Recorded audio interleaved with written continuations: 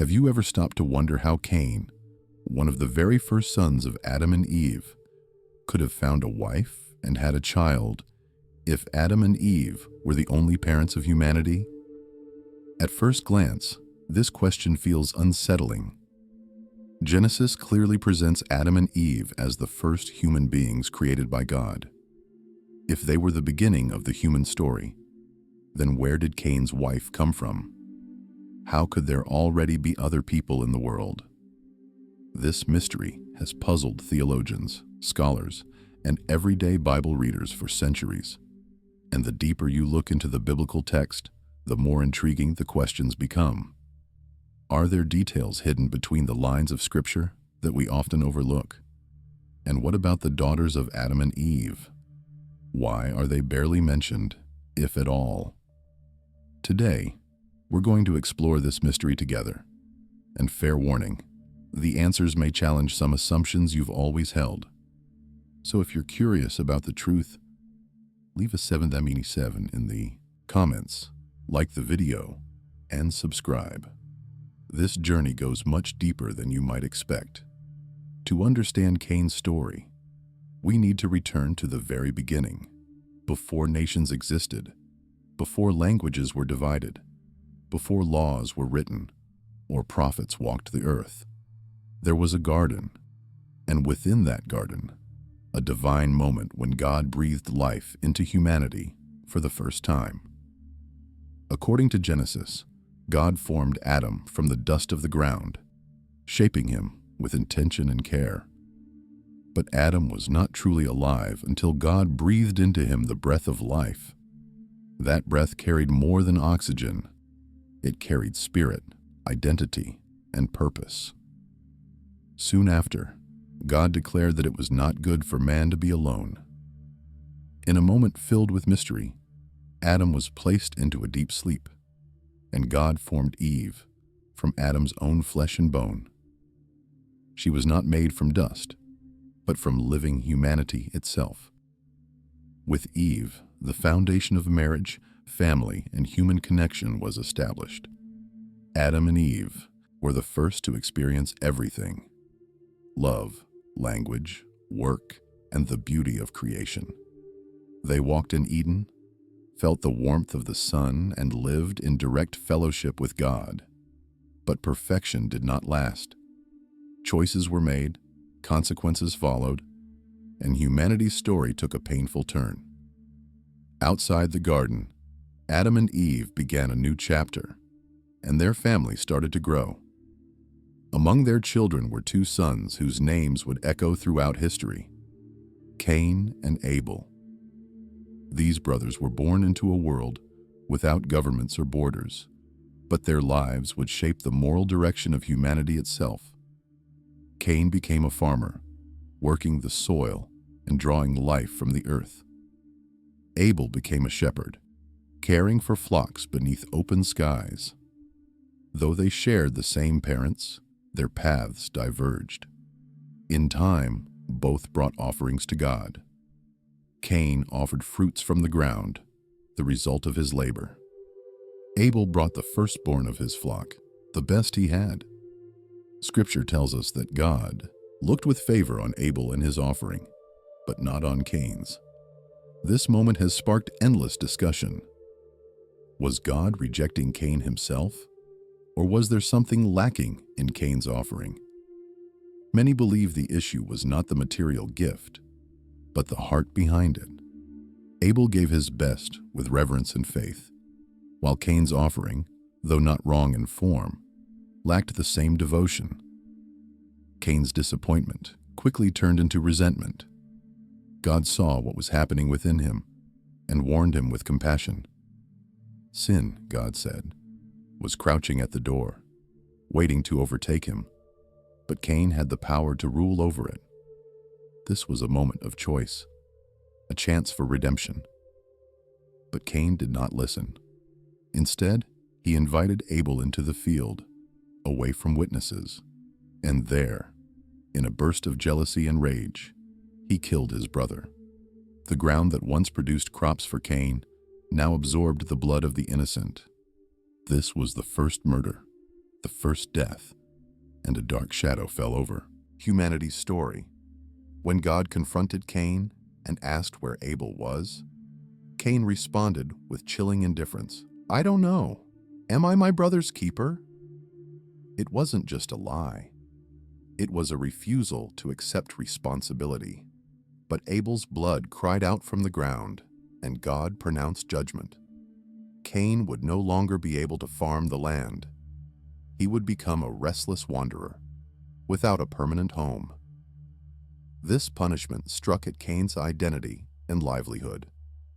Terrified, Cain protested that his punishment was too great to bear. He feared that others would find him and kill him in revenge. Here's where the story becomes even more puzzling. Cain feared other people. God did not dismiss this fear. Instead, he placed a mark on Cain, a sign of protection, warning that anyone who harmed him would face severe consequences. This raises an obvious question. Who were these others Cain feared? If only Adam, Eve, and their immediate family existed, who would threaten him? Mark of Cain suggests a broader human presence, or at least the expectation of one. Cain then left the presence of the Lord and settled in the land of Nod, east of Eden. Nod literally means wandering, fitting for a man under a curse of restlessness. Yet in this place, something unexpected happens. Genesis tells us that Cain had a wife she conceived, and she bore him a son named Enoch. Not only that, but Cain built a city and named it after his son. This detail often gets overlooked, but it's astonishing. A wanderer built a city. A man under judgment became the founder of the first human settlement. Who lived in that city? Who was his wife? Where did she come from? These questions bring us back to the heart of the mystery. The Bible does not name Cain's wife or explain her origin, but Cain's fear of being killed, God's protective mark, and the existence of a city all suggest that the world was not empty. One clue appears later in Genesis, where we're told that Adam lived for many years and had sons and daughters. While Cain, Abel, and Seth are named, countless others are not. These unnamed daughters may hold the key to understanding how humanity continued and how Cain found a wife. The silence of Scripture here is striking. It doesn't deny the existence of other children. It simply doesn't focus on them. The Bible's purpose is not to document every birth, but to trace the spiritual line that leads forward. Still, that silence invites questions, and those questions have fueled debate for generations. Were Cain's siblings his potential spouse? Were there already many people by the time Cain was exiled? As we continue, we'll explore these possibilities and uncover how the forgotten daughters of Adam and Eve may be central to one of the Bible's oldest mysteries. As the story continues, the mystery surrounding Cain deepens rather than fades. After Abel's blood cried out from the ground and God pronounced judgment, Cain's life entered a strange new phase, one marked by both consequence and mercy. He was cursed to wander, cut off from the land that once sustained him, yet he was not abandoned completely. God placed a mark on him, a sign that has fascinated readers for generations. Scripture never explains what this mark looked like, only what it meant. It was protection. Anyone who encountered Cain was warned not to harm him. This single act raises powerful questions. Why would God protect a man who committed the first murder? Why preserve the life of someone who showed no remorse? The answer seems to lie in God's nature. Judgment and mercy often appear together in the biblical narrative. Cain would live with the weight of his sin, but his life wouldn't be taken. His story was not over. Cain then went out from the presence of the Lord and settled in the land of Nod, east of Eden. That phrase alone, "went out from the presence of the Lord," signals a deep spiritual separation. Cain wasn't just leaving a place. He was stepping into a new reality, one where God's nearness was no longer felt in the same way. Nod, meaning wandering, reflects the instability of Cain's future. Yet almost immediately, the narrative surprises us. Genesis tells us that Cain knew his wife, she conceived, and gave birth to a son named Enoch. This moment is pivotal. It is the first explicit mention of marriage and childbirth beyond Adam and Eve, and it happens without explanation. The obvious question resurfaces with new urgency. Who was Cain's wife? The Bible gives no name, no lineage, no origin. She simply appears in the story, already present, already capable of bearing children. This silence has sparked endless debate. Some readers have suggested that Cain must have married one of his sisters, or a close relative. Others argue that there must have been more people alive than Genesis explicitly mentions. Either way, Cain's marriage forces us to confront the limits of what the biblical text chooses to tell us. The mystery grows even larger when we consider Cain's next action. He built a city and named it after his son, Enoch. This detail is often read quickly, but it carries enormous implications. A city requires people. It implies a population, social organization, and cooperation. Cain, the condemned wanderer, became the founder of the first human settlement. Why would a man sentenced to roam the earth build something permanent?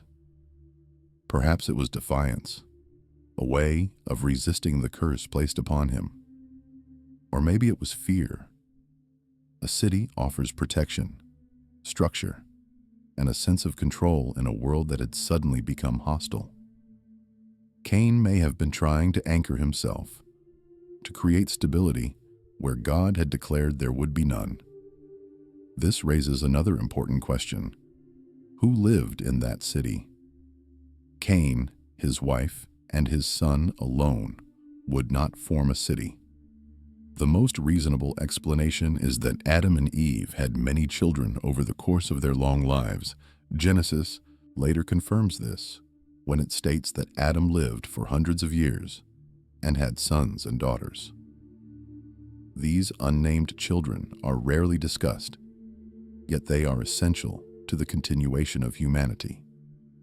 Cain's wife, then, could have been one of these daughters, his sister or niece, born long before the events recorded in Genesis 4. Cain himself hints at this broader population earlier in the story. When he laments his punishment, he says that anyone who finds him will kill him. This fear only makes sense if Cain believed there were others beyond his immediate family. God's response supports this assumption. Instead of correcting Cain, God addresses the threat directly by placing a protective mark on him. The narrative never suggests Cain was irrational or mistaken. His fear is treated as valid. Some scholars have gone further, proposing that God may have created other humans besides Adam and Eve. According to this view, Adam's line was chosen as the covenant lineage, while others lived outside the biblical focus. This theory attempts to reconcile Scripture with archaeological evidence of early human societies.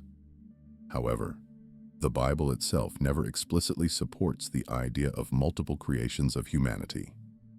Instead, it consistently presents Adam and Eve as the parents of all people. While the theory is intriguing, it remains speculative and goes beyond what the text clearly states. What the Bible does state, though briefly, is that Adam and Eve had many children. Genesis 5 tells us that after the birth of Seth, Adam lived 800 more years and had sons and daughters. This single verse quietly resolves many questions. Over centuries, a large, extended family could have formed. By the time Cain was an adult, There may have been dozens, even hundreds of relatives living across the land. In that context, Cain's wife does not need to be a mystery figure from outside humanity. She could simply be one of the many daughters whose names were never recorded. This brings us to an uncomfortable reality for modern readers. If Cain married his sister or a close relative, does that mean early humanity practiced incest? By today's standards, the idea feels disturbing. But the world Cain lived in was fundamentally different from ours. There were no laws against such unions at that time, and no alternative means for humanity to survive. Genetic corruption had not yet accumulated across generations. What later became forbidden was, in the beginning, a necessity. Throughout the early biblical narratives, we see similar patterns. After the flood, humanity once again began with a single family: Noah, his wife, and their sons with their wives. Those families intermarried to repopulate the earth. Abraham later married his half-sister Sarah, a fact he openly acknowledged. Isaac married his cousin Rebekah, and Jacob married his cousins Leah and Rachel. These unions were not condemned in Scripture. Instead, they were presented as part of God's unfolding plan. It wasn't until much later, with the giving of the Mosaic Law, that strict prohibitions against close-kin marriage were introduced. These laws reflected a new stage in human development, both spiritually and biologically. As populations expanded and societies grew more complex, new boundaries were established to protect health, order, and holiness. What was once permitted out of necessity was later restricted out of wisdom. Still, the Bible's silence about the daughters of Adam and Eve is striking. These women were essential to the survival of humanity, yet their names and stories are largely absent. This absence doesn't mean they were unimportant. Rather, it reflects the Bible's focus on covenant and spiritual lineage rather than complete historical record. Scripture highlights certain individuals because of their role in God's redemptive plan, not because they were the only ones who mattered. In this light, Cain's wife represents more than a missing name. She symbolizes all the forgotten figures of early humanity, those whose lives shaped the world, but whose stories were never told. She stands at the intersection of judgment and continuation, exile and legacy. Through her, Cain's line continued, cities were built, and human civilization advanced, even as spiritual distance from God grew. As we move forward, we'll explore how later traditions and ancient texts attempted to fill in these gaps, naming the unnamed and expanding the story beyond Genesis. We'll also examine how the long lifespans of early humans made population growth far more rapid than we often imagine. The deeper we go, the clearer it becomes that the world Cain lived in was far more populated, complex, and human than we usually picture. As we move into the final layer of this story, the question of Cain's wife begins to feel less like a problem to solve, and more like a window into a world we rarely imagine correctly. One of the biggest misunderstandings modern readers bring to Genesis is the assumption that events happened quickly. We tend to picture Adam and Eve having Cain and Abel within a short span of time, then almost immediately watching tragedy unfold. But the Bible never says that. In fact, when we take into account the extraordinary lifespans of the earliest humans, the timeline stretches dramatically. Adam lived for 930 years. That single detail changes everything. With centuries of life, Adam and Eve had immense opportunity to multiply. Children, grandchildren, and even great-grandchildren could have been born long before Cain ever committed his crime. Entire extended families could have existed by the time Cain was an adult. This means the world outside Eden may not have been empty or primitive, but slowly filling with people who all traced their ancestry back to the same original parents.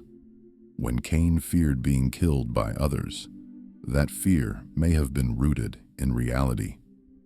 There may already have been many people alive, spread across the land, even if Scripture does not list them by name. This understanding also helps explain how Cain could build a city. A city does not require skyscrapers or walls of stone. In its earliest form, a city could simply mean a settled community, a cluster of families choosing to live together for protection and survival. Cain's city may have been the first organized human settlement, marking a shift from isolated family units to structured society. Naming the city after his son Enoch suggests something deeply human. Cain wanted a legacy. Even under judgment, even marked by guilt, he sought to create something lasting. Nowhere in the Bible are we told that Cain found his wife immediately after leaving Eden. Decades, or even centuries, could have passed. By then, Adam's family tree would have grown wide. Cain's wife could have been a sister born many years after him, or a niece from the next generation. From a biblical standpoint, this explanation fits naturally within the text. Genesis 5:4 confirms that Adam had many sons and daughters, though their names were not recorded. Scripture simply did not consider it necessary to document every individual. This selective focus reveals something important about the Bible itself. It is not a complete historical archive.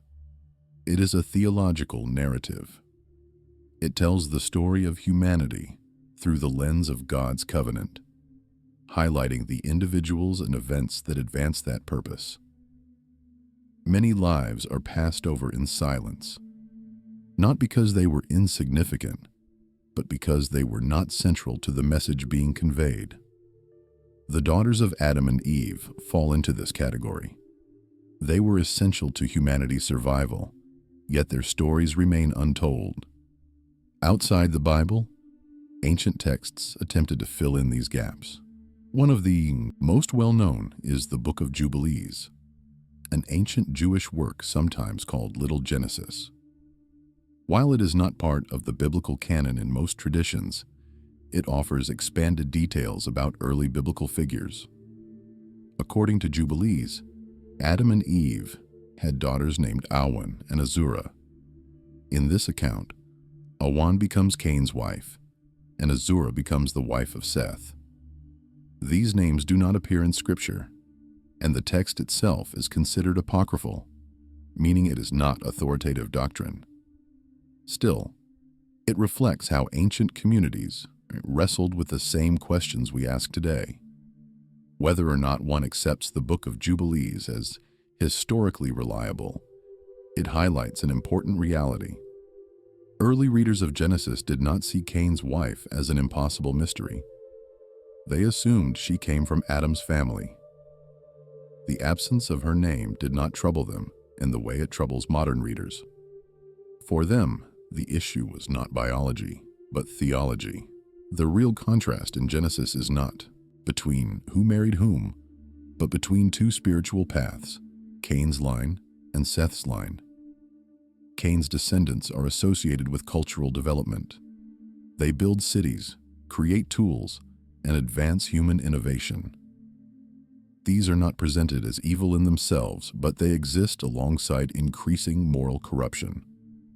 Cain's line represents humanity moving forward without intimacy with God. Seth's line, by contrast, is marked by worship. Genesis tells us that during the days of Seth's son Enosh, people began to call upon the name of the Lord. This distinction matters deeply in the biblical narrative. It shows that progress without spiritual grounding leads to distance from God, while humility and worship preserve connection. Understanding this helps us see why Scripture focuses on Seth rather than Cain after a certain point. Cain's story matters, but it does not carry the covenant forward.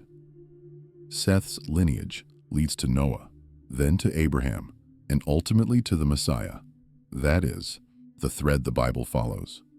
Cain's wife, though crucial to human history, does not advance that specific spiritual line, so her story remains untold. Another factor that often goes unnoticed is the purity of early human genetics. According to the biblical worldview, Adam and Eve were created directly by God, without genetic corruption. The negative effects we associate with close relative marriage today would not have existed in the earliest generations. Genetic decay accumulates over time. In the beginning, humanity's genetic makeup would have been far more robust. This provides a theological framework for why such unions were permitted early on and forbidden later. As time progressed and human DNA weakened, God introduced laws to protect humanity. The prohibitions in Leviticus against close-kin marriage reflect a shift in human condition and societal structure. God's commands did not change arbitrarily. They adapted to humanity's development. What was once necessary became harmful. This pattern appears repeatedly in Scripture. God meets humanity where it is, then guides it forward. The long lifespans of the early patriarchs reinforce this idea. Men like Adam, Seth, and Methuselah lived for centuries, allowing knowledge, skills, and culture to develop slowly but deeply. Oral tradition could pass through many generations within a single lifetime. This means early humanity may have been far more sophisticated than we imagine. Even without modern technology, a large population could emerge over a relatively short biblical narrative span. When we put all these pieces together, the mystery of Cain's wife begins to dissolve. She was almost certainly a descendant of Adam and Eve, likely a sister or niece, born during the many years Scripture does not describe in detail. Her anonymity is not evidence of her absence, but of the Bible's focus. She represents countless unnamed individuals who shaped the early world, but were not central to the covenant story. So, why does this question matter so much? Because it reveals how we read Scripture. When we expect the Bible to function like a modern history book, we become frustrated by its silences. But when we read it as a theological narrative, those silences take on meaning. They remind us that not every detail is necessary for faith. The Bible tells us what we need to know, not everything we want to know. In the end, the question of Cain's wife points us back to a deeper truth. All humanity comes from a single source. We share a common origin, a shared brokenness, and a shared need for redemption. The forgotten daughters of Adam and Eve were not forgotten by God. Their lives mattered, even if their names were never written. They were part of the foundation upon which human history was built. And perhaps that is the final lesson here. Faith is not about resolving every mystery. It is about trusting God in the presence of mystery. Cain's wife reminds us that the story of humanity is bigger than any single verse, and that even the unnamed play a role in God's unfolding plan.